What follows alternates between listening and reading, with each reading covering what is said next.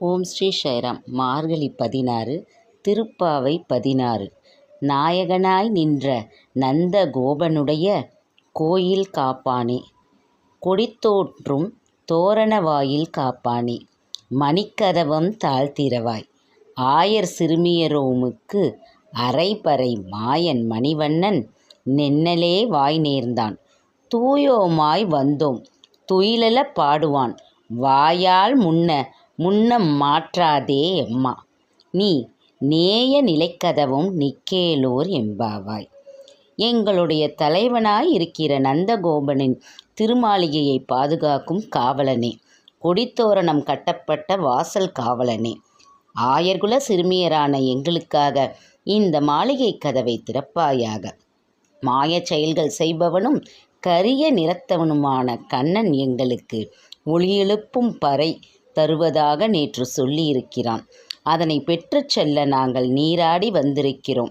அவனை துயிலெழுப்பும் பாடல்களையும் பாட உள்ளோம். அதெல்லாம் முடியாது என உன் வாயால் முதலிலே சொல்லிவிடாதே.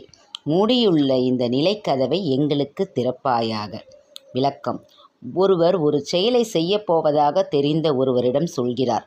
ஒருவேளை அது அவருக்கு பிடிக்காமல் இருந்தாலும் கூட ஆரம்பத்திலே இதை செய்யாதே, நீ செய்ய போவது உருப்படவா போகுது என்று அபசகுணமான வார்த்தைகளை பேசிவிடக்கூடாது. அப்படியா என்று ஆரம்பித்து செய்ய போகும் பணியை பற்றி முழுமையாக தெரிந்து கொண்டு அதன்பின் இப்படி செய்தால் நன்றாக இருக்குமே என்று சாந்தமாக அறிவுரை சொல்லலாம்.